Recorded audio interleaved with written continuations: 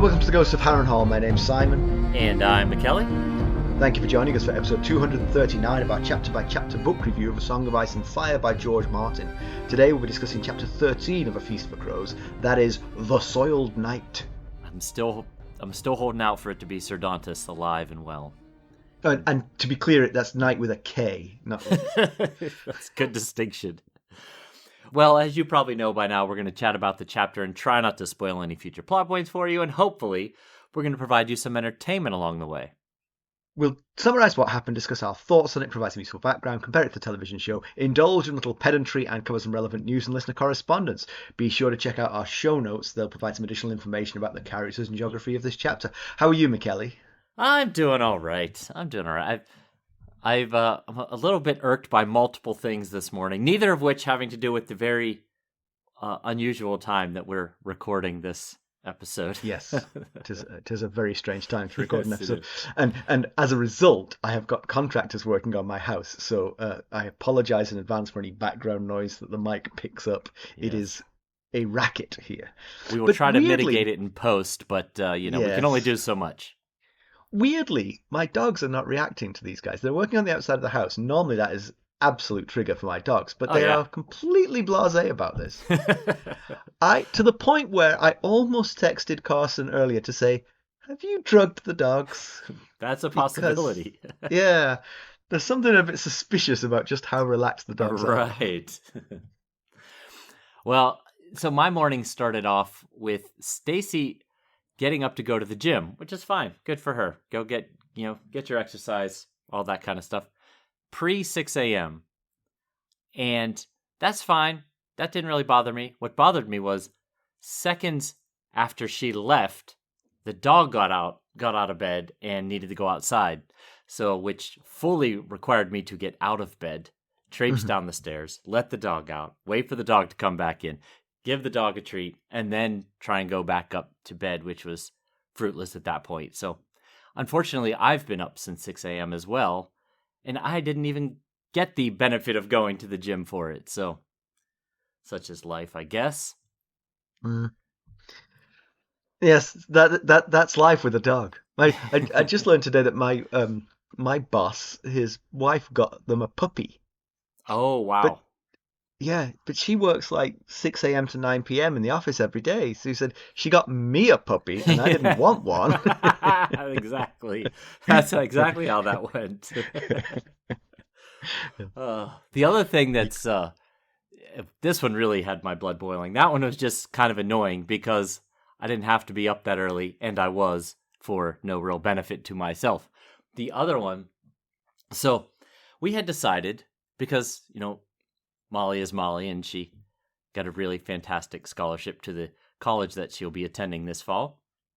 We thought we would reward her by buying a brand new laptop for her. Her laptop's many years old now. It's actually hand-me-down from Ethan. And so I found, they don't endorse us, so I'm not going to use the product name, but it's a computer company that's named after a fruit. And okay. I found this a really good deal on we say their name almost every episode. I know we do, don't we? And so I found a really good deal on the shopping website that's named after a river. Probably could put that one together.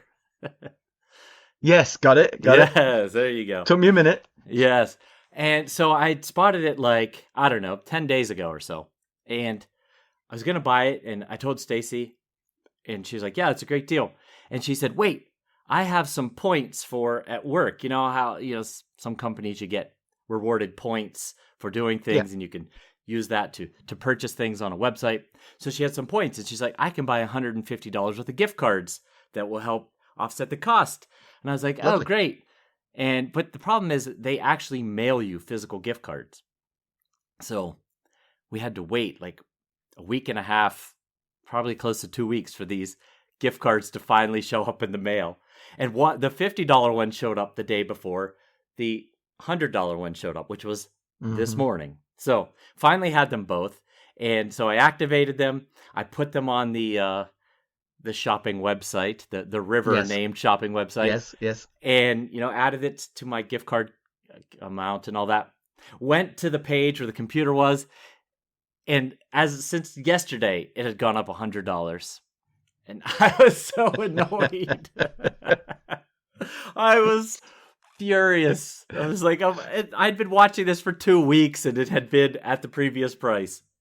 So let me get this straight. The gift card was for the River website.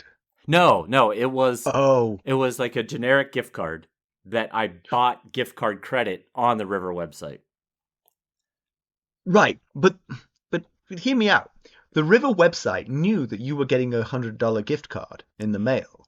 It was just it had nothing to do with the River shopping website. It was a generic gift card that was mailed to us by a third party, whoever it is that her company uses.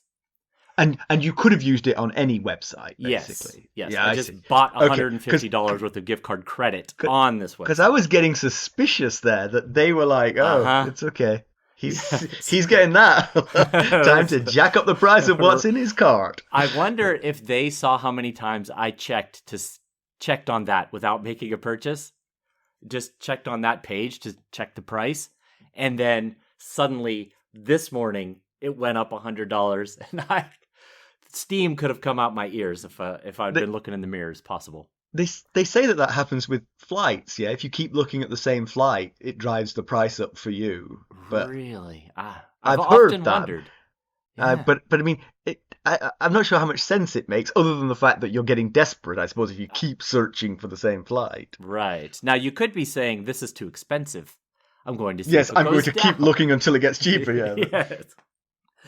Anyway, so great timing. Now, I mean, she doesn't graduate for like about a month. So now I'm just going to sit and wait.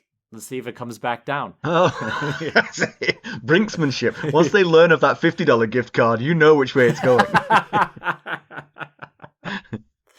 Oh, well, such is life. But boy, did that infuriated me. That would get me too. So Rob had a good story from the family call. I told you they're always pitching, but this was worthwhile. Okay, so let's hear it. Where his property is in Normandy, there's a local music school which is quite good and attracts students from all over Europe. And he had a group of students coming to the music school who were going to stay at his property. They were from Italy, and they arrived, but they didn't arrive till like midnight, so they were all sort of exhausted and they just sort of flopped into the place where they were staying. Right. As I've said before, it's a series of self-contained units. Yes. So they went to their unit, they all went to bed, and they just collapsed. The proprietor of the music school came over the next morning, first thing, to sort of welcome them, and she brought gifts for them. Not gifts as in like, things, mementos, but practical things like breakfast cereal and toilet roll, and some of the things my brother provides, like toilet roll, he provides, but she was just making sure they had all the sort of basic essentials that they needed to get going. Very nice of her. Yeah, it was nice of her. What transpired though was that she didn't know precisely which properties the students were staying in, and she marched in on a French family who were sleeping. This particular property has 2 bedrooms and then a fold-out couch in the main room, and it was all occupied. There were 6 people staying there, so there were 2 in each bedroom and 2 on the fold-out couch. And so she walked through where these people were sleeping, put 3 toilet rolls in their bathroom, and walked out again. My brother saw her coming out, and he was like, "Fairy, what the exactly?" and I just love the idea that she spoke in French to the French person who was sleeping in the bed, and I'm like, well, these Italians have got really good French, My brother was like, please don't do that. Please knock first. Yeah. Please check on who you should be delivering toilet roll to. Oh, well. All right, well, let's get down to business. How did we leave the Soiled Knight? Well, the Soiled Knight is none other than... I built that up for disappointment, because you're all going to go, who? Dantas Hollard. No, it's not Dantas Hollard, sorry. Who's still dead. Pretty sure he's still dead. Still dead. But again, the veil is two-way with Thoros of Myr in the picture. True. The Soil Knight is Sir Arys Oakheart of the Kingsguard. You may not remember knowing him, but he was the Kingsguard member that was assigned to protect Myrcella Baratheon. Almost called her Lannister then. In Dawn. If you remember, Doran Martell's personal bodyguard, Hotar, weighed him up for what Hotar saw as their inevitable fight. But that's all we got, really, on Arys. We don't know much more. I will say that with that white cloak, he's probably a bit warm down there in Dawn. Yep, there's a good likelihood, if he's willing, if he's brave enough to wear it. That's a good point. We'll find out more. Mackelly, why don't we give the summary of this one? Okay. Well, Sir Arys Oakheart walks through the evening light in the Shadow City outside of Sunspear. He's dressed as a local, which would have offended his father. The Oakhearts of the Reach were ancient foes with the Dornish. The tapestries at Old Oak glorified the slaughter of the Dornish. He wears a hood to hide his features. These are dangerous times to be an outsider in Dorne. Since Oberyn Martell's death, he's seen the anger in the citizens, which has only been partially squashed by the arrest of Oberyn Martell's bastard daughters, also known as the Sand Snakes. Arys is headed to see a woman. He must make her understand that as a Kingsguard, he cannot take their relationship further. He shudders at the sight of a pretty pillow girl and thinks that men are betrayed by their bodies. He smells snakes being fried. He doesn't like the food, but Princess Myrcella loves it. He'd left her playing Sivas with Trystane Martell. The two children love the game, but Oakheart hates it. However, he notes that his little princess wins more often than not. Visually, the two are like Cersei and Robert, but Arys hopes she finds more happiness than her mother did. He's uneasy about leaving her, but she's guarded by battle-hardened Lannister men and Trystane's bodyguard, Sir Gascoigne of the Greenblood. He reassures himself that she's safe and they'll be gone from here soon. He thinks back on a pointed conversation with Prince Doran. The prince overtly declared Myrcella safe, while reminding Oakheart of the uphill struggle to keep her that way in the current climate. Arys says that only a beast would hurt a child, but Doran reminds him of the fate of his niece, Rhaenys Targaryen. Doran wants to return to the Water Gardens. Myrcella and Arys will come too. Nicer and safer there. It all sounds good, but then why did Martell demand that Oakheart not inform King's Landing of this move? He arrives at the room he's looking for to find Princess Arianne, daughter of Doran, wearing nothing but a snake coiled around her wrist. The knight's resolve dissolves. Resolve dissolves. His plan to end things with Arianne becomes a fleeting memory. Before he knows it, she's in his arms, and things only get hotter and heavier from there. When the passion ends, he's momentarily content to die now and be happy. But alas, death does not come. Instead, it's an overwhelming shame over his betrayal of his Kingsguard vow that he's faced with. Did you ever see the movie The Truman Show? Yes. You remember whenever there was an intimate scene, sort of the curtains would billow in front of the camera? That's kind of what we just did there. Right. It is quite a long description. Very detailed. It was, rather. Yes. Kind of thing we wouldn't read out on the podcast. No. I'd blush way too much. Oakheart rises to dress and leave, but Arianne protests and tempts him with future pleasures, causing him to halt his departure. She accuses him of leaving for another woman. He says that his mistress is his duty. His place is at the palace. Arianne knows he means the other princess, Myrcella. She says she's just a child. He needs a woman. He clarifies that he loves Myrcella as a daughter. Arianne wonders where the man who claimed to want to spend the rest of his life with her went. He admits that he was drunk when he said that. Drunk on her. He's not been with another woman since he took the white. He fears for both their honor. Arianne scoffs. If they were discovered, men would find him fortunate, and her father would do what he does best. Nothing. Arys says he swore a vow. Arianne retorts that the vow was to not father children nor wed. She can promise him neither is a worry with her, and besides, does he think he's the only Kingsguard to have broken his vow? Arys knows he's not. He thinks of his sworn brothers Boris Blunt and Preston Greenfield, as well as historical Kingsguard brothers, all of whom were known to have bedded women. Arianne surprises him by saying that her great-uncle, the renowned Kingsguard brother Lewin Martell, had a paramour. Arianne sums up her point by saying that it's not their love that dishonors him. It's the awful people he's served and those he calls brothers. That's the dishonor. He agrees that Joffrey was terrible, but Tommen is not his brother. Nor is he his sister, Arianne says. Again, Arys cannot disagree. She's smarter, braver, more confident, and more polished than her little brother. But a son's claim comes first. Arianne wants to know why that is, but Arys has no response. Arianne asks if he knows why her father is taking Myrcella to the Water Gardens. Arys assumes it's to keep her safe, but Arianne says it's to keep her from those who wish to crown her. The Water Gardens will basically be a nice prison. Arys cuts to the chase. What do you want from me? She wants him to do his duty. Protect the princess bodily and protect her rights. Put a crown upon Myrcella's head. Arys argues that his vow is to King Tommen and that he'll be a good king. Arianne says Myrcella will be better and that Myrcella loves her brother. She won't let any harm come to him. He'll be a great lord of either Casterly Rock or Storm's End. Then she adds the sweetener to the plan. She embraces Arys and tells him that Myrcella will be so happy for their help, she will no doubt change the Kingsguard rules and allow Arys to keep his white cloak and to marry Arianne. Arys notices that Arianne is shaking. She says she is so scared and needs his protection. If her cousins could be arrested, so could she, and it'll all be for standing up for Myrcella's rights. Arys cannot believe that. She is her father's heir. Arianne tells him he's wrong. She's been a disappointment to her father since she was born a girl.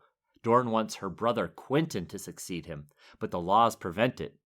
She tells of a letter she saw as a child from Dorne to Quentyn that said that Quentyn will someday rule all of Dorne. She says Quentyn is currently meeting with the Asasi sellsword outfit, the Golden Company.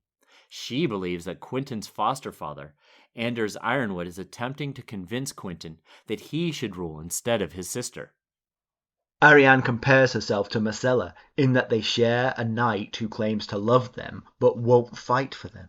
Arys says he will fight. Myrcella is the elder and will be the better ruler. No man will steal her birthright while he lives. He is Arianne's in both body and soul. What will she have of him? She wants all of him. He is her true love forever. However, first Myrcella. First Myrcella. Yeah. You pointed out before how important the last sentence of chapters is. And I mean, the whole way through this chapter, you're like, maybe Arianne really does love Arys. I mean, she obviously wants something from him, but maybe she really loves him too. Until that last sentence where you're like, oh no, she just wants something from him. This is purely transactional. And I think, this was a long summary. But I think because of what you just said right there, it was important to hear the nuances of the conversation. Because like you said, for a while you're like, oh, maybe they are in love. But as she keeps trying to find new paths to woo him to her side, you start to realize, oh, she is trying anything to get him on her side with the Myrcella plan, not necessarily on the, us being together forever plan. I don't think you can completely discount the love, though, because I'm pretty sure Arys is in love with Arianne and will do whatever she says. It definitely is going in one direction, for sure. I kept thinking of Shae during this chapter, and, it was always debatable, and still to this point you can make a case that Shae may really have loved Tyrion. But if Shae was really just doing what she needed to do to stay on Tyrion's good side so that he could keep her taken care of, Arianne is better at the whole manipulation, seduction thing than Shae was here. Mm. I mean, it helps to have power. I mean, Shae was always powerless. True, yes. Apart from her wiles. Arianne really does have some power to wield here, and she's just...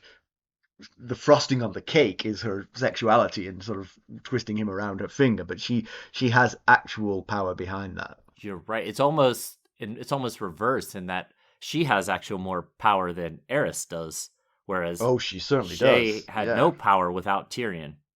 Right. So right. Yes, right. I will say this is it was a great chapter, and it's a great chapter to prove why the books are better than the TV show, because this whole plot line was dumbed down and simplified to the point of being unrecognizable in the TV show. But Oh, it's a great thread to the story. yes, it really is. It's also great to get minor characters having a chance to shine. I mean, we like our POVs and we get invested in them because we spend a lot of time with them. Right.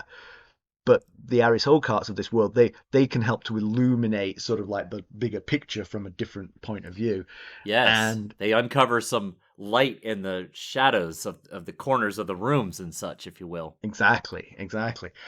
There is a mention that it's unseasonably cold down in Dawn, and that the wind is blowing from the north, which presumably is the direction you'd expect a cold wind to blow. But Right. sort of symbolism that's interesting that a cold wind is blowing from the north, which is basically the rest of the Seven Kingdoms. Yes. So I had not thought of that until you said that, but yes, that definitely makes some sense. I like it. and of course, Arys Oakheart himself is from the north compared to Dawn, so maybe Right. he himself is the embodiment of that trouble. Yes. But we're seeing how dangerous it's getting here in Sunspear. Speaking of trouble coming from the north, there's also trouble brewing right here in Sunspear.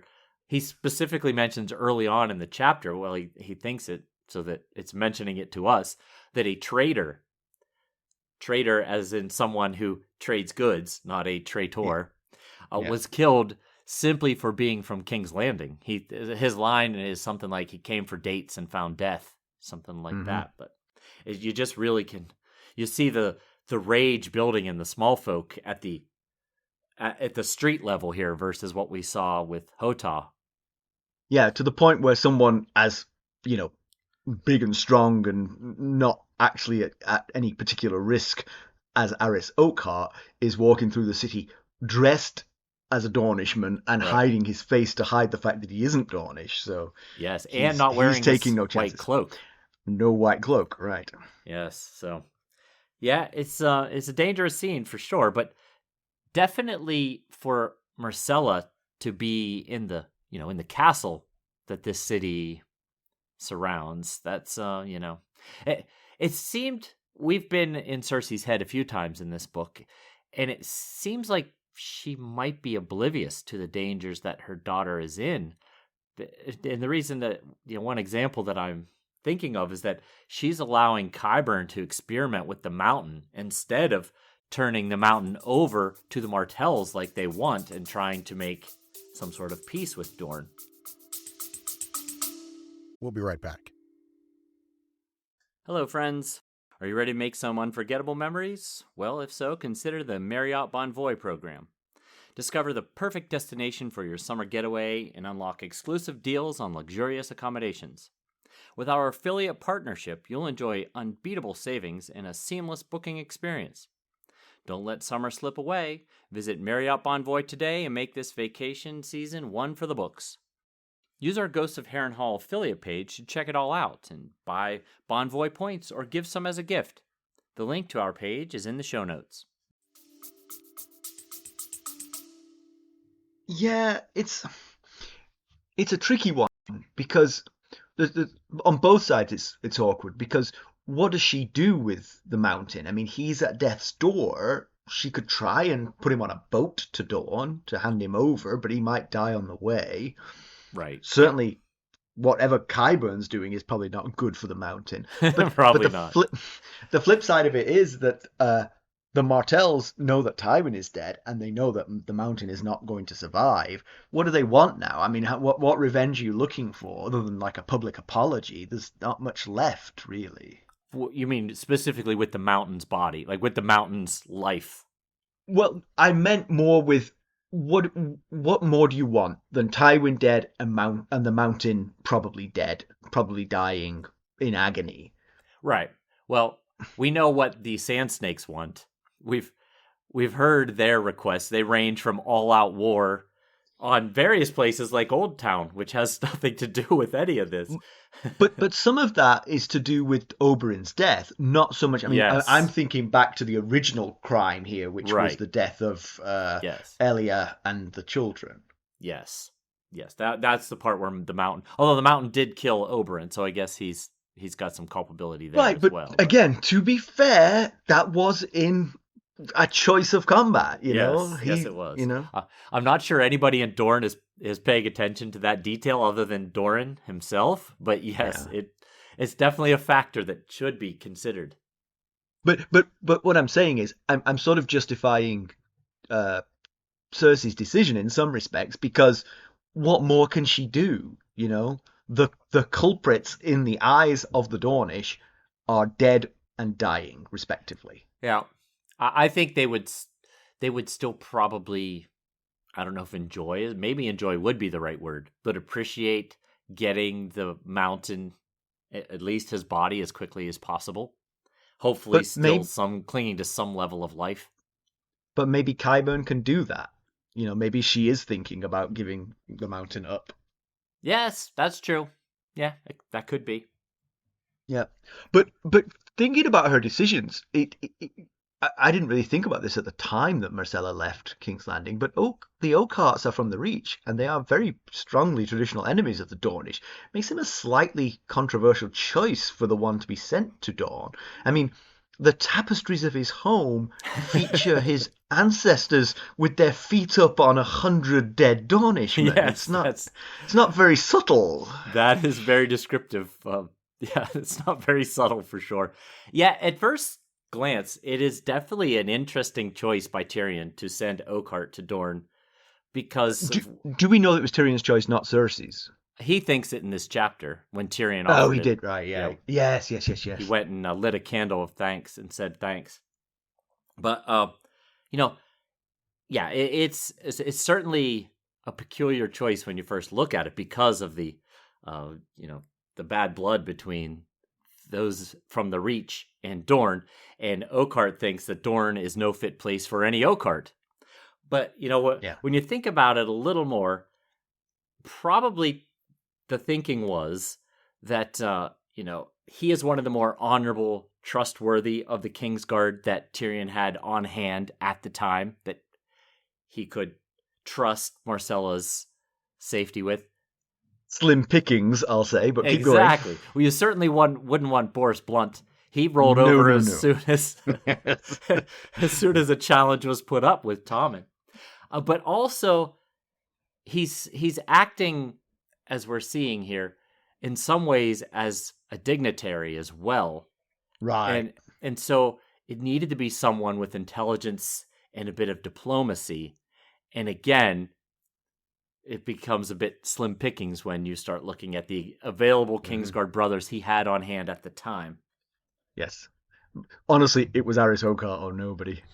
Yeah, many Kingsguard would have been a terrible choice for that. So, Mandon Moore, Preston Greenfield, Boris Blunt, Meryn Trant, you wouldn't have won any of those ones. Yeah. So,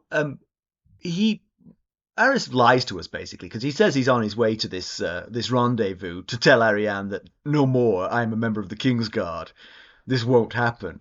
But he's completely lying. He sees one prostitute sort of seductively through a window, and his knees buckle. So and he's clearly showered and perfumed for the evening. There's no question where Yeah, this is it was a bit of foreshadowing because before we know what he's on the point of his journey for, he sees the woman in the window or wherever she is, and he thinks that men's bodies were so weak men's bodies betray them.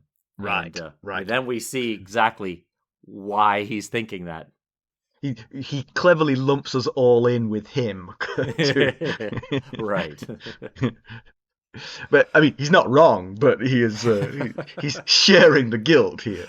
Yes. And he mentions that Baelor the Blessed fasted to the point of fainting to curb his own lusts. And I'll just say that sort of like, that's crazy. And you shouldn't do that kind of thing, I would say. And lock his sisters in the Maiden Vault to prevent those lusts from turning into realities. I do love that Myrcella, I like board games. I love that Myrcella and Trystane are playing Sivas. So I've read a bit about Sivas. It has elements of chess and strategio, and the old war game Blitzkrieg. To me, it sounds a little bit like the more modern game Aramea. George Martin has been offered the opportunity to create the real game, but he's turned that down because he thinks that a mundane game created for profit wouldn't have the depth and gravitas that he was looking for. Oh, It would yeah. undermine it if the game existed and it was like, meh, Right. That's cool that he's sticking. He could probably made a few gold dragons off of that. Yeah, I mean, that poor guy. I know, right? He needs every penny he can scrape. Exactly. One other thing, George Martin was very fast and loose with words generally in the books. He didn't invent languages, but Game of Thrones did invent the languages using the occasional word that George Martin put in the books, Vas being one of them. Okay. The origin of the words in those languages, so those languages were developed based on what the little bits and pieces that George Martin had put in there. Savas is supposedly, therefore, derived from the High Valyrian Kaivagon, which was a Game of Thrones word, which was High Valyrian for strategy. So when they were creating the language, they thought about what Savas meant. Yeah.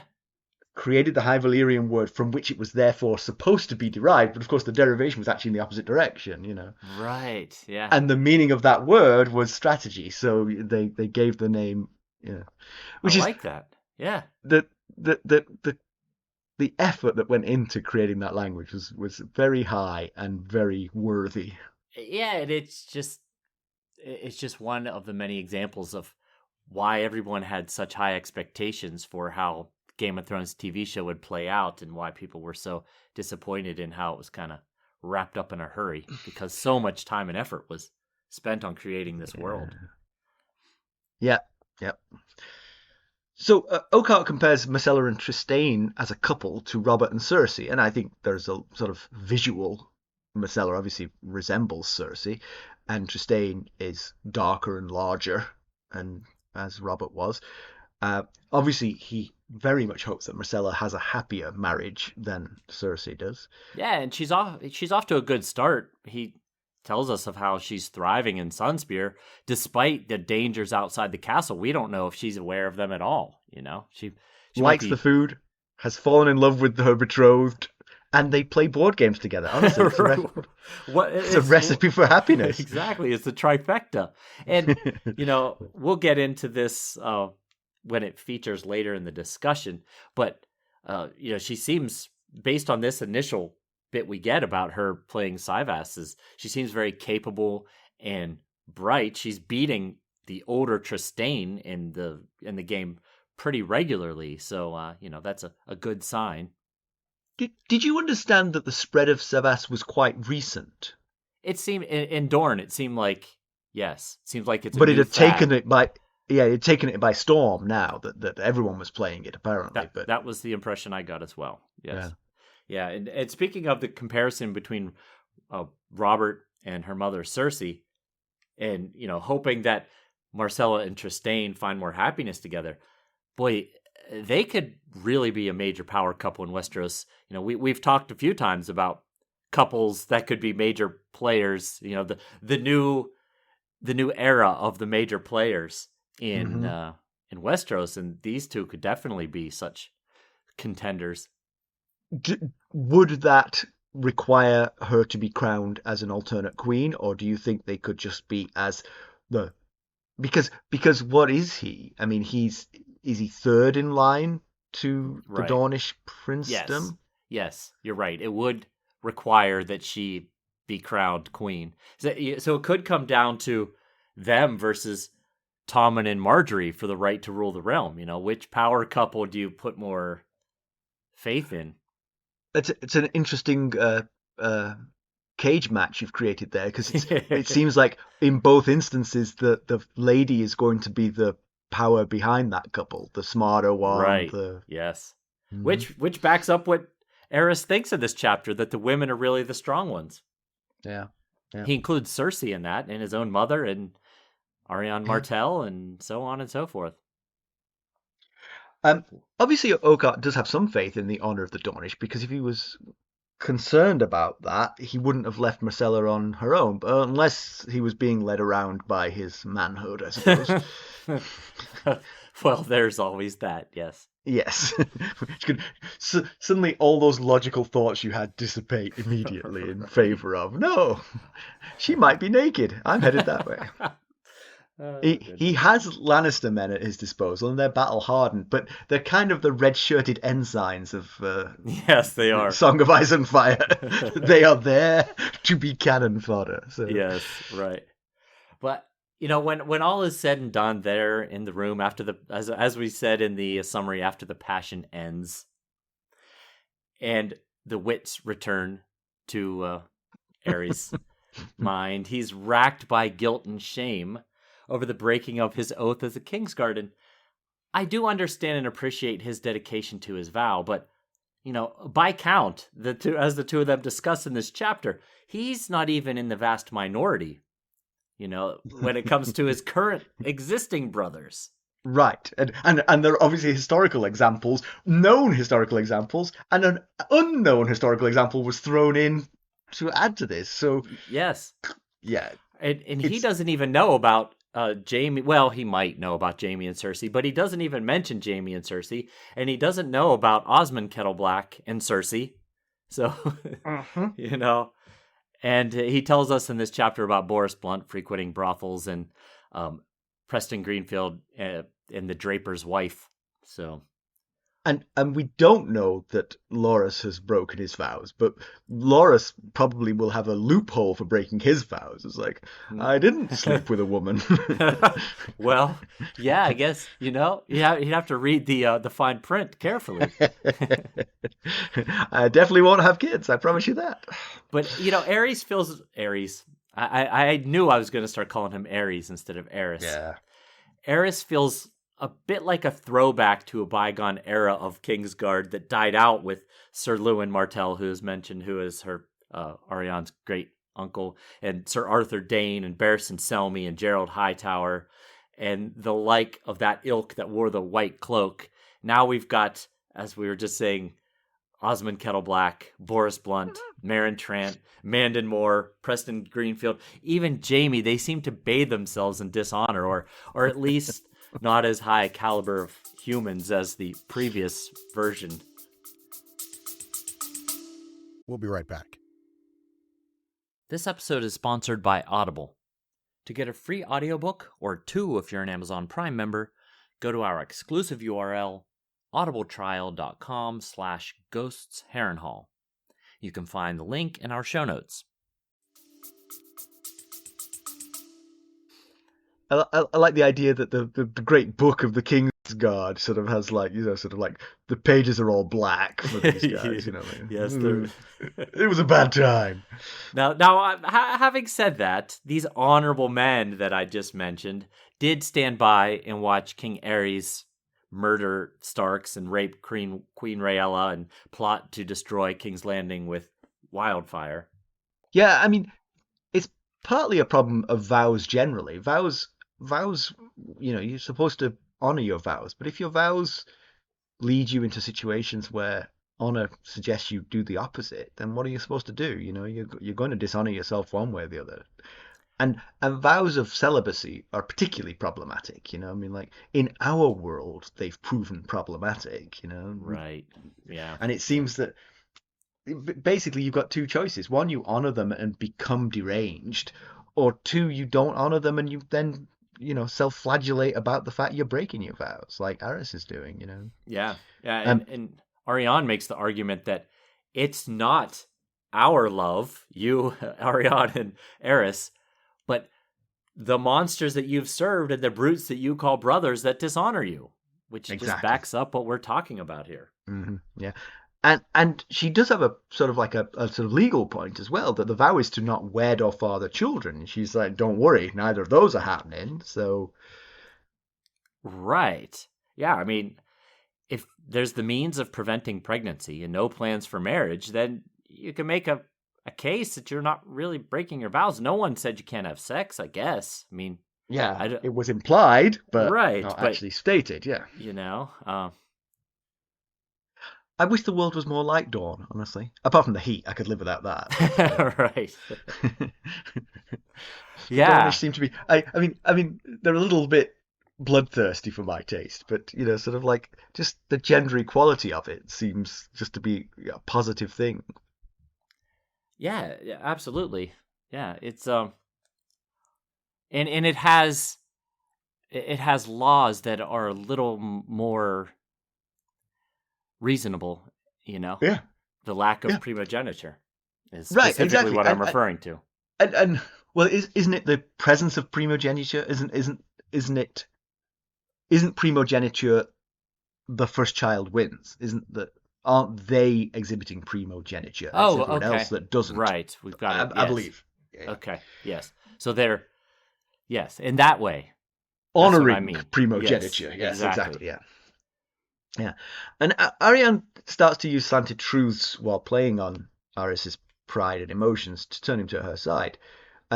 She mentions Criston Cole of the Kingsguard did something terrible, and you, as a Kingsguard, can write it. And this goes to, of course, our House of the Dragon content. For those who haven't read all of the backstory, they'll know Criston Cole from House of the Dragon.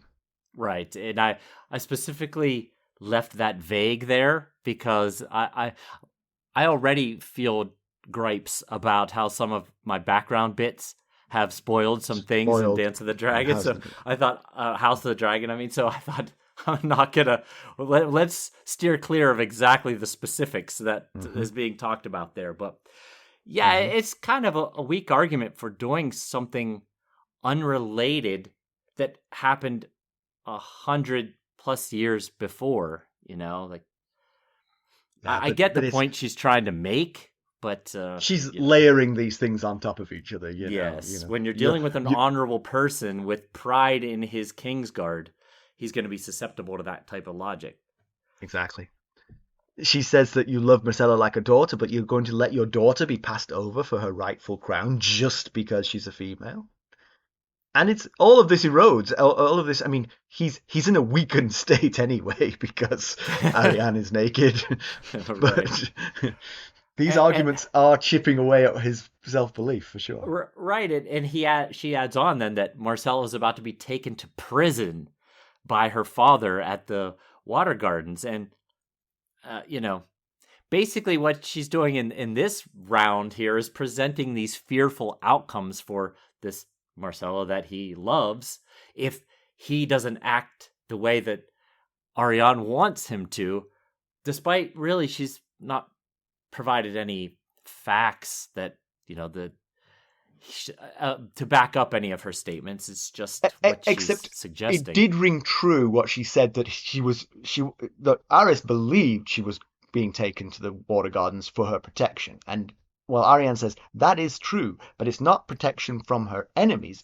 It's protection from those who would crown her. That's why it's a prison, because she's being prevented. She's not being protected from physical danger. She's being prevented from her rightful position as Queen of the Seven Kingdoms. Yeah, I guess it's the use of the word prison that she won't be allowed to leave. Can she leave Sunspear right now if she wanted to? It's not safe outside of the castle either, So yeah.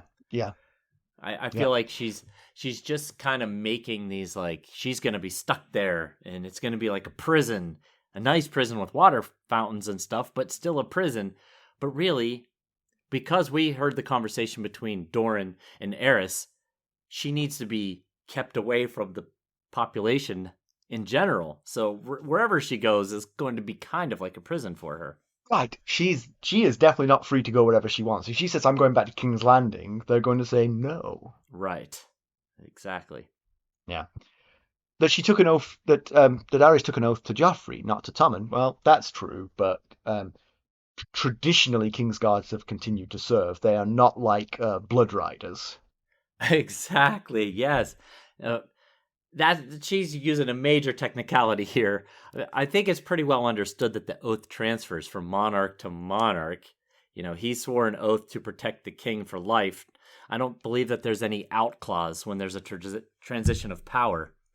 Yeah, but I think maybe there should be, because it's quite possible that the Kingsguard were derelict in their duty, and that's why the king died. If I, as an incoming king, I would like to be able to say, you and you, out. You're no good to me. Yes, which and that would of course sense. Cersei did. Right, and that would make sense, right? there should also be age limits on the Kingsguard. Right. I mean, Right. if someone And in hand a time limits? of peace, a Kingsguard member could be, nearly Maester Aemon's age and still be technically serving. So. But there's a big one that she says is that Myrcella loves Tommen too, and she'll make sure that no harm comes to him regarding, if she is crowned and she takes, she becomes the queen, she will make sure no harm comes to Tommen. And we just saw brother fight brother for the Iron Throne, and it ended in one of them dead. So, she can't necessarily make that broad statement that she'll make sure nothing comes of him, nothing bad happens to him. But there's two things about that make the statement not completely unreasonable. One is there's not much evidence of love between Renly and Stannis. True. Here she's pointing to the evidence of love. Myrcella does love Tommen and would care for him. And also it's the fact that she's a female. Two brothers would fight to the death for the throne, but Myrcella would, if she was given the choice, if she could choose, she would depose Tommen and, as Arianne says, make him Lord of Storm's End, make him Lord of Casterly Rock, Yeah, although Stannis did try to do that with Renly, and he wouldn't take it. So that's true. That's true. Yeah, I mean that's right. But in some ways, no, that's a very good point, because Stannis would have honored that deal if Renly had gone, yeah, that's all I ever wanted. Here, have my army. Right. Stannis wouldn't have murdered him there. No, yeah, he felt incredible guilt over the fact that having did what he had done. And we can go back to the Dance of the Dragon. Rhaenyra and Aegon. Rhaenyra felt she had the right to the throne. Aegon felt he had the right to the throne. I won't go into too much detail, but it wasn't the most civil of disputes. I'll say that. No.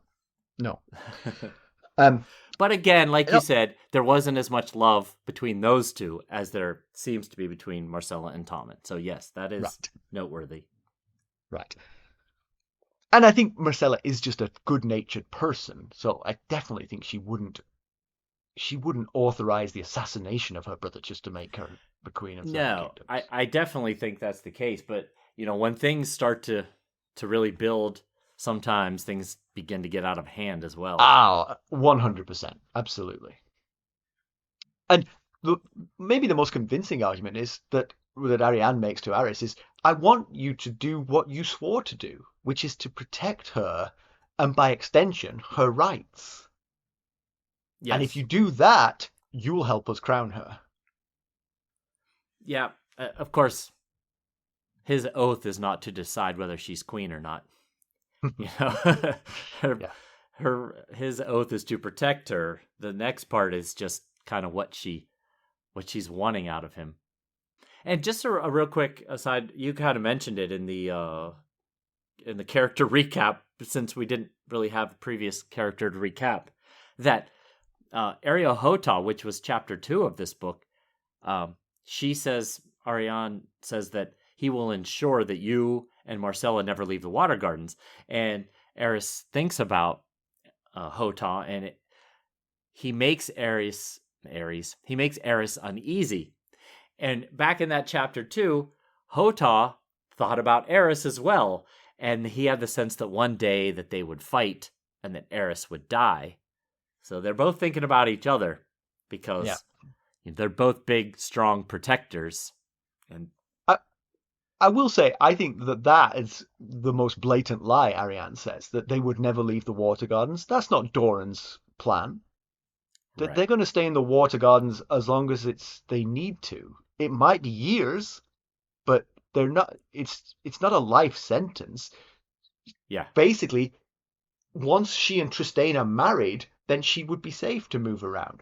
Or once, I don't know, the Sand Snakes give up on their murderous revenge plans, or once the people who are plotting to crown Myrcella, or maybe Doran convinces Myrcella to say no to the crown. Hey, if you say yes to this, people are going to want you to be the queen. If you say yes to it, you'll plunge the Seven Kingdoms into yet more turmoil.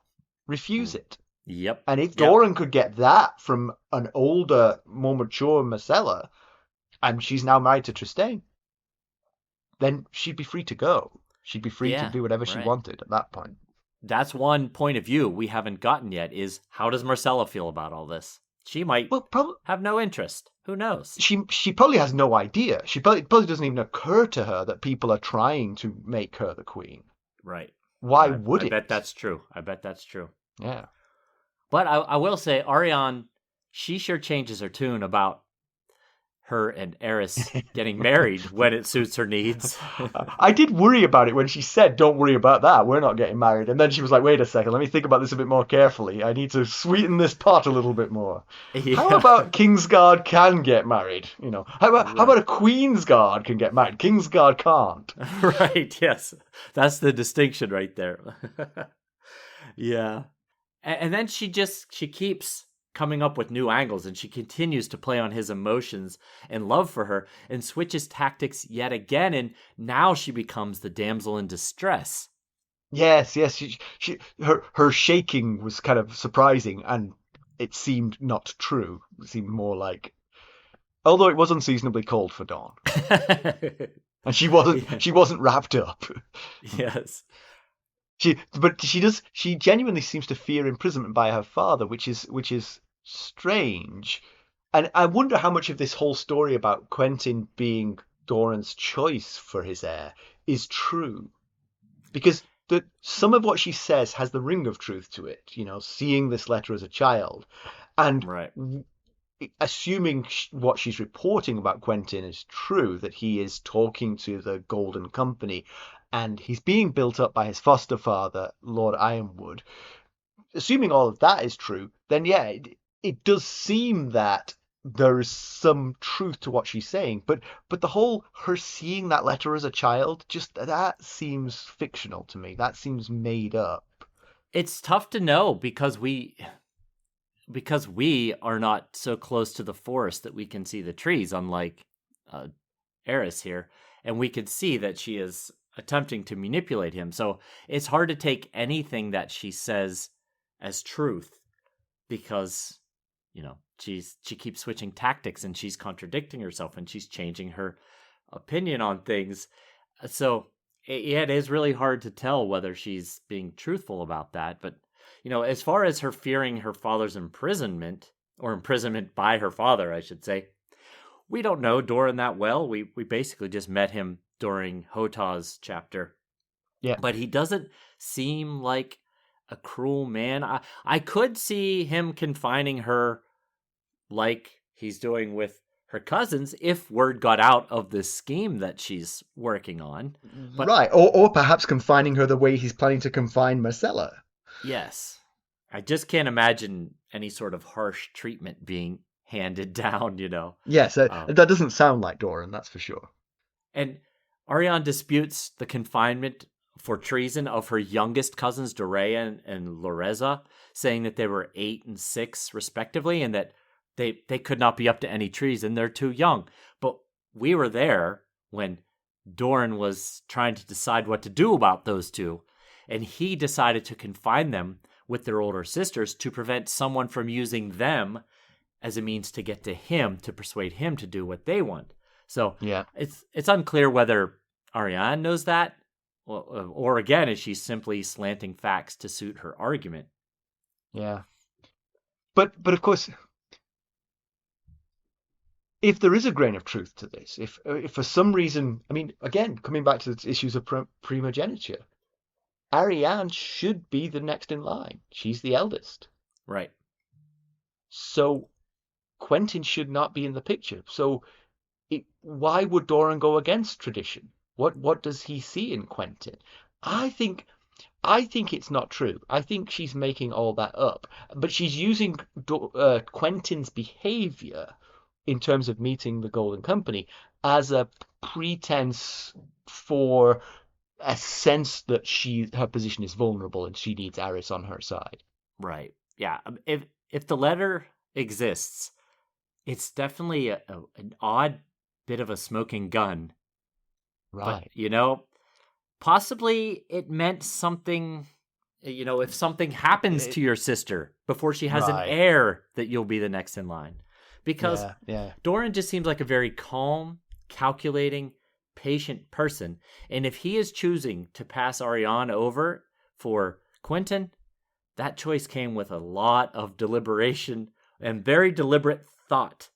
And was made when she was a child. What had she done? Did she just refuse to go to bed or something? I mean, like, it seems whatever crime a child could have committed, this punishment is enormous. Yes, it would be. You're right. She was a child, so what could possibly have happened? That would have caused him to have that thought. And Arianne considers Doran weak because he sits and does nothing, and he lacks the courage to act in defiance against the crown. And personally, I think she's wrong on both parts there. I think that young people often confuse weakness with restraint and strength with action. And as you get older, you realize that often showing restraint takes much more strength than jumping to action and giving in to base impulses. And I don't think he's a coward at all, but possibly, here's an idea, possibly he has his own plan that he is in the process of developing, and because this is a culture that's quick to anger and slow, deliberate actions might feel like cowardice, people are like, you're not doing anything, you're just sitting on your hands. But he could be like a duck, calm and still above the water, but his feet churning like crazy under it. So. Yeah. We certainly got that impression from the Hota chapter, that there's a lot more going on beneath that placid surface. Yes. Here's the thought. Maybe Quentyn is meeting with the Gold Cloaks to hire them to help Dorne rebel against the crown. Right. But if that was true, why wouldn't Doran let the opposing forces do what they want to do, which is crown Myrcella? Unless it's just a matter of timing. He wants to do it, but he wants to do it on his own time. Yeah, maybe he just wants to keep everything hush-hush until it's time, possibly. Yeah. So tell me more about why it's important that the Golden Company is breaking its agreement with Myr, and what it means that that happened around the time they met with Quentyn. Well, it's important. The fact that they're breaking their agreement with Myr is important because that's their whole thing. Our word is as good as gold. And she tells Arys that saying dates back to Bittersteel. Now, as a reminder of who Bittersteel is, that's his real name was Aegor Rivers, and he was one of Aegon IV's great bastards. And that after the first Blackfire Rebellion, he actually founded the Golden Company. And it's said that they've never broken a contract. So that's why it's a big deal. They're breaking this contract with Myr. And so Arianne thinks that Quentyn is making an agreement for the Gold Cloaks to aid him in displacing her. The Golden Company. Yes. Did I say the Gold Cloaks? Mm-hmm. I was afraid I was going to say the Gold Cloaks. I think if you take all these things, the fact that they've never broken a contract before, Quentyn is meeting with them, coupled with at least what we're being told is this letter from her father, as well as the fact that her father's health is failing. All these things are coming together. And if she's being honest with us about all this, I think that's where her fear that she's being passed over comes from. Yeah, okay. Well, we'll keep an eye on it. But her final touch of her manipulation is the masterstroke, of course, because she compares herself to Myrcella. She's basically weighed up Arys's motivations and desires, and she said she and Myrcella are the same. They're both princesses who share a knight who claims to love them both, but he won't fight for either of them.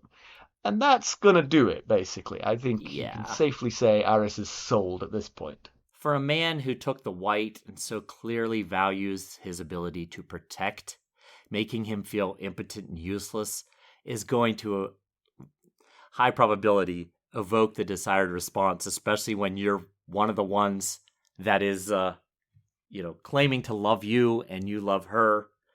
And it's not like he's unable, but he's unwilling to defend his vulnerable loves, these innocent women.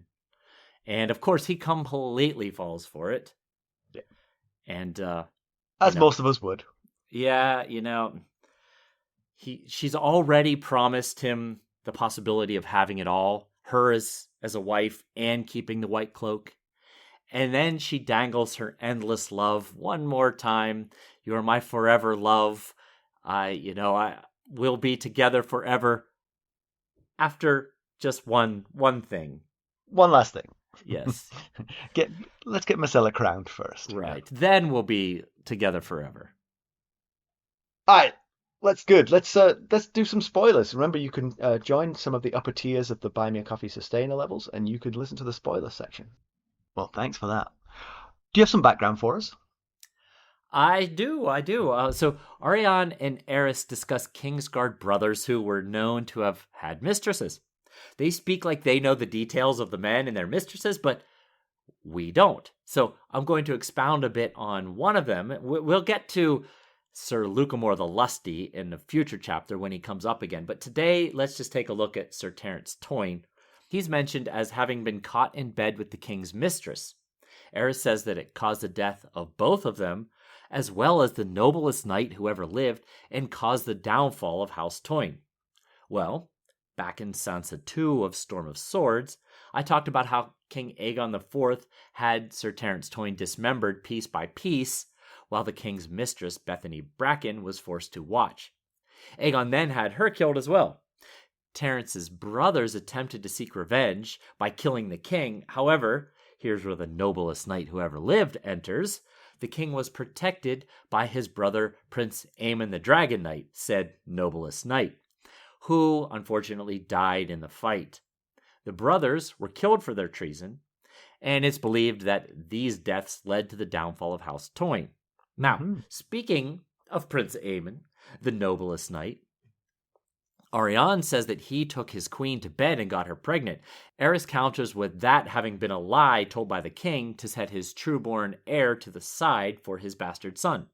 They're speaking of Aemon and his sister Nerys, who were in love, but she was married off to their older brother Aegon, who became King Aegon IV, a.k.a. Aegon the Unworthy. The king began to insinuate that his first son Daeron with the queen was not actually his, but Aemon's. And rumors spread that the king planned to disinherit Daeron for his oldest bastard, Daemon.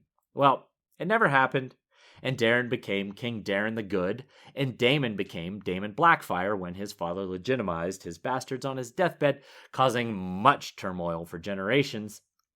One of those bastards being Aegor Rivers, a.k.a. Bittersteel, who was just referenced a little bit ago. Oh, yeah. Well, thanks. That's good background. Comparison with the television show, this is entirely dropped. Arys Oakheart did accompany Myrcella on her long voyage to Dawn, but then inexplicably comes home. And that's next he's seen, he's back in King's Landing, and it's never really explained in the show. Huh. Yeah, that's... She's left to her own devices. Right, what's with that? Yeah, it's a tip of an iceberg of differences that lends up with Jaime coming to Dawn to look after her. And the show's attachment to the books, it just becomes more and more tenuous all the time. Yes, yeah. Pedantry, again, it's been a thin section for pedantry. The editors must have really amped up their game. But yeah, either that or there's so much being packed into these longer chapters these days that there's just too much content to consider. News and notes. So we've got a premiere time frame for the Game of Thrones prequel, A Knight of the Seven Kingdoms, The Hedge Knight. HBO has announced that the show will run in 2025 and that production is already underway. As we all know, the show follows the lives and adventures of Dunk and Egg as they wander Westeros, getting into all sorts of hijinks. Nice. We couldn't find any new reviews this week. So if you want to get a shout out or an episode, you just want to help spread the word, please go and give us a 5-star rating review anywhere and everywhere. But if you could particularly do it on Apple Podcasts, I told you we mention them every week, and we'll be sure to read it out and give you the thanks you deserve. Let's conclude this one then. The forces that oppose Doran Martell's passivity are beginning to make their moves. It's sort of tragic for Arys Oakheart that he's clearly a man of honor, but he is falling in love and can no longer make rational decisions. Yeah, about Doran, like I said, all Doran seems to think he's a coward for not reacting immediately to Oberyn's death. But patience and waiting for the right time, for the right response, are virtues. So yes, but of course, another virtue is good PR. Explain to the people what you're doing, and you might find you have less trouble. He could use some consultations with our PR firm. Sure, exactly. I can see that. Yep. Mm-hmm. But about Arys, it certainly feels like he's being played here. Yes, for sure. So, but maybe he'll have a happy life with Arianne. It would be nice. Yes, if she's willing to go through with the second half of the plan, once the first half is taken care of, it's just hard to tell whether she's actually interested in him in that way or not. But it's not hard to guess. It's hard to tell. It's not hard to guess. Right. It does appear that Arys is going to back Arianne and her plan to crown Myrcella, though. I think so. It does seem that way. But, we talked about it a little bit. How will Myrcella feel about such a plan when someone tries to put a crown on her head? Will she be like, whoa, what are you doing? I don't want that crown. My brother is the king. Or will she be like, you know what? I want this crown. I want to be queen of the Seven Kingdoms. She is Cersei's daughter. She could have that innate desire to rule. But I'll say she's too young to understand the implications of it. If they tell her, because Joffrey died, you're the queen of the Seven Kingdoms, it passes to you, she'd be like, really? Okay. Yes, you're right. That could be. She probably wouldn't think about the danger it creates for Tommen, or perhaps the rift it's going to cause in her family. She just wouldn't see it, I don't think. She's just too young to realize. Yeah, and if they spin it the right way, she won't even notice it's happening until it's right too far down the path. And also, you could add in, and if you become the queen, then we'll definitely marry you to Trystane. This is, it's up in the air at the moment, but this is the final step for you to marry Trystane. Yes, use the same tactic that Arianne used on Arys. Exactly. Do you want to marry the person you love? Well, guess what? but this one you follow through on, at least. This one is for real. Right. I'll just say again, vows of celibacy are a universally bad idea. Voluntary celibacy, fine. But don't tie it to your honor, because you'll either dishonor yourself or you'll go crazy. Right. Trying to keep the vow. Yeah. And I just do worry for Myrcella. I mean, I do think that there is truth to the plan of the Ariannes of this world to crown her. But the other route to what they want is to kill her. Yes, I was thinking that. Yes, there's two paths you could take. Kill her or crown her. Right. Yeah, they both lead to the same result, which is Dorne getting up and at 'em with the rest of the Seven Kingdoms. But if you protect her and take her to the Water Gardens and keep her closeted away from everyone else, murder becomes the easier option. Yes, you're right. Easier to kill someone than to arrange to have them made Queen of the Seven Kingdoms. Right. And if you remember from Hotah's chapter, there were 3 different plans that the Sand Snakes each brought to Doran. And, one of them was to kill Myrcella, and the other was to crown Myrcella. And Arianne tells us in this chapter that she and Tyene are as close as sisters. They're of an age. And Tyene was the one that also had the plan to crown Myrcella and then kill the Lannister forces as they try to come down into Dorne. Mm-hmm. And so it's very possible that these two have been hashing this plan out together. Yeah, very much.